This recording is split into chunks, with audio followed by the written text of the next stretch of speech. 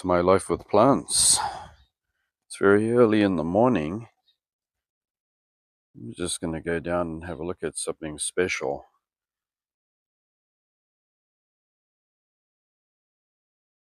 And here we are. Cypripedium japonicum.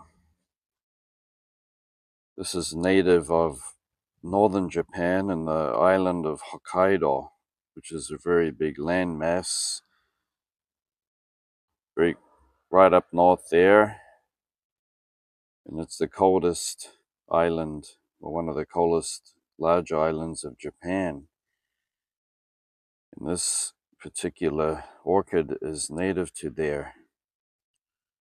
It's a terrestrial, grows in very, very light, well-draining soil in shady areas and woodlands.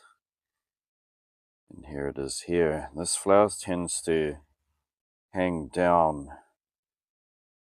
and these leaves here are plicat or corrugated looking.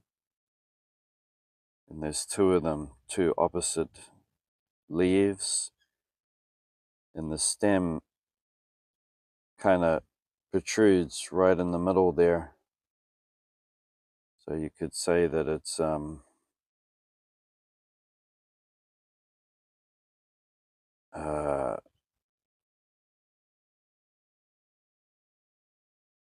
forgot the word there, it'll come to me later. What's interesting is that it has this extra leaf. It's kind of like a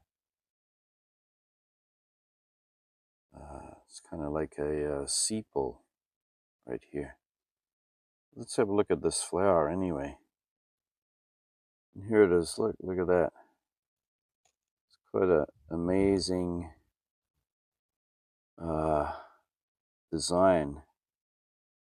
And what's amazing about it is this labellum right here. This labellum actually is conduplicate. It's folding in on itself. And what happens is that it's pollinated by bumblebees, and they come along and they go inside here, but then they're not able to get out. So it's like a little trap. You go down inside. There's only one way out, and that's to crawl back up through the column, which is at the back of this flower here. So I'm not able to show you because I'm actually holding this. But let's just get this little stick here. I got a little stick.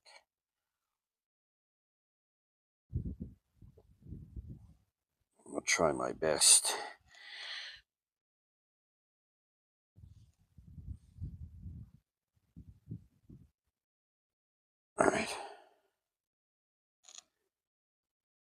All right, so it's going to go in there, and then there's only one way out, and way out, and that's to go up in the back there. And as it comes out, it has to push past this trigger here, and behind this trigger is the pollen. So it'll go in through the back and up, and push this little door up. It's this little bracket here, and as it pushes it up, the pollen will get attached to the bumblebee's back. All right. Cypripediums. Okay, so there is also species native to Russia,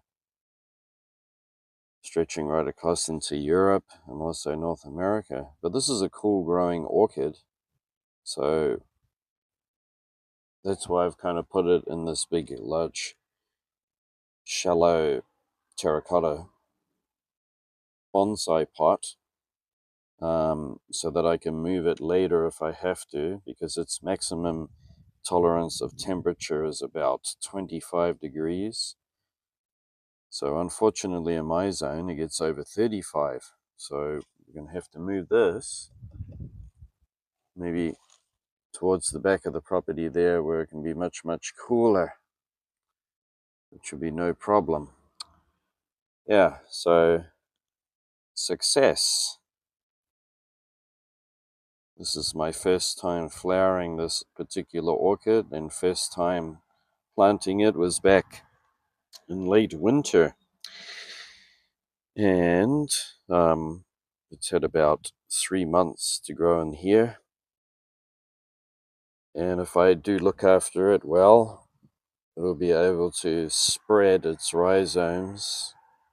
So it's a geophyte, which means that it's able to store nutrients in its rhizomes and bulby tissue, just like bulb plants and potatoes and garlic and onion and things like that. Yeah. So look at this thing. Pretty magnificent.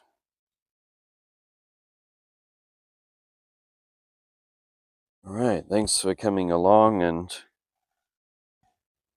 taking a look at this Japanese native orchid with me. And until next time, don't forget, looking after your plants is not a chore. It's part of your self-care. And we'll see you back soon for more. Thanks for watching. Bye-bye.